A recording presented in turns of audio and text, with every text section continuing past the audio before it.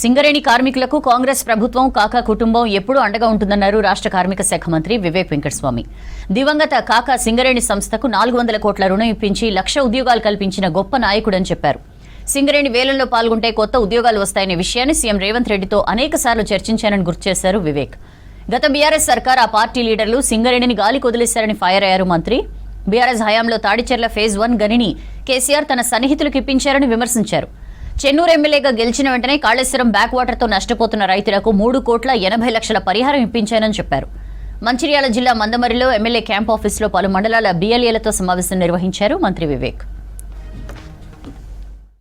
రాష్ట్ర అండర్టేకింగ్స్కి మీరు ఎట్లయితే కోల్ బ్లాక్స్ స్పెషల్గా అలాట్ చేస్తున్నారో ఇక్కడ తాడ్చర్లలో కూడా కొత్త మైన్ ఇవ్వాలని చెప్పి వారు కొట్లాడడం జరిగింది.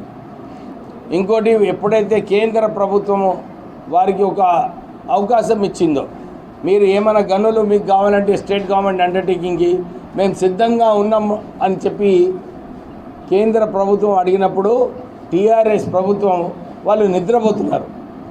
అప్పుడు కూడా ఎంపీగా మన మాజీ శాసనసభ్యులు సుమన్ ఉండే, కానీ వారు చొరవ తీసుకోక ఆ రోజు సింగరేణి సంస్థకు ఏదైతే ప్రిఫరెన్షియల్ అలాట్మెంట్లో వచ్చే గనులు వారు మనకు అది కోల్పోవడం జరిగింది. కానీ నేను వచ్చిన తర్వాత నచ్చజెప్పి మన ఆర్కే5లో ఇక్కడ ఒక కొత్త గని రావాలి అని చెప్పి వేలంలో పాల్గొని కొత్త గని రావడం జరిగింది. ఇక్కడ తొందరలోనే ఫారెస్ట్ క్లియరెన్స్ వచ్చి ఇక్కడ పనులు మొదలయ్యి ఇక్కడ ఉద్యోగ అవకాశాలు కల్పించడానికి KK6 మైన్ కూడా మనము ప్రారంభం చేసుకోబోతున్నాము. తర్వాత దీంతో పాటు తాడ్చర్ల మైన్స్, దీంట్లో వంశీకృష్ణ ఎంపీ గారు వారు అక్కడ కేంద్రం పైన ఒత్తిడి తీసుకొచ్చి ఇక్కడ మనకు ఒక కొత్త గని కూడా రావడం జరిగింది. ఒకవైపు కొత్త గనులు తీసుకురాలేదు, ఇంకోవైపు తాడ్చర్ల మైన్లో నాకు మంచిగా గుర్తుంది, అప్పుడు తెలంగాణ ఉద్యమంలో మేమందరము ఎంపీస్, కాంగ్రెస్ ఎంపీసు, ఎమ్మెల్యేసు, మంత్రులు మేమందరము ఆ రోజులలో ఉత్తరం రాసినాం, తాడ్చర్ల మైన్స్ ప్రైవేటైజేషన్ చేతిలో పోవద్దు, ఇది కేవలము సింగరేణి సంస్థకు అలాట్ చేయమని చెప్పి ఆ రోజులలో మేము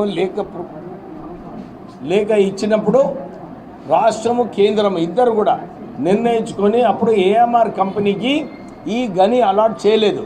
టీఆర్ఎస్ ప్రభుత్వము సత్తాలో వచ్చిన తర్వాత అదే గని ఎప్పుడైతే మేము కొట్లాడి ఏఎంఆర్కి ఇవ్వద్దన్నామో వీళ్ళు జెన్కోకి ఇచ్చి జెన్కో నుంచి ఏఎంఆర్కి ఇప్పించడం జరిగింది.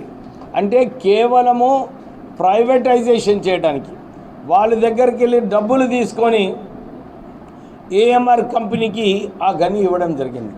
సిఎండి ఎవరైతే కేసీఆర్కి కుటుంబ సభ్యుడు, ఆయన ఒక ఉత్తరం రాసిండు, ఈ బొగ్గు మాకు పనికి రాదు సింగరేణి సంస్థకు అని చెప్పి దీన్ని ప్రైవేటైజేషన్లో పెట్టడం జరిగింది.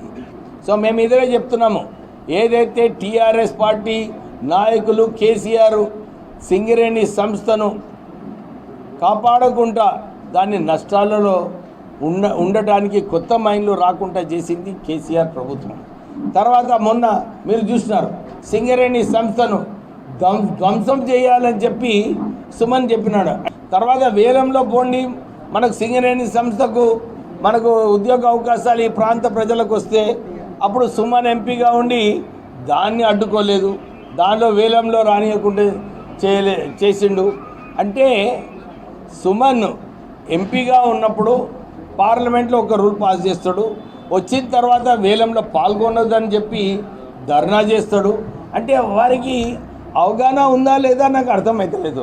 నిజంగానే ఎంపీగా ఉన్నా ఎమ్మెల్యేగా ఉన్నా ఈ ప్రాంత ప్రజలకు ఏ మంచిదో, ఈ సంస్థకు ఏ మంచిదో ఆలోచించి పనిచేయాలి.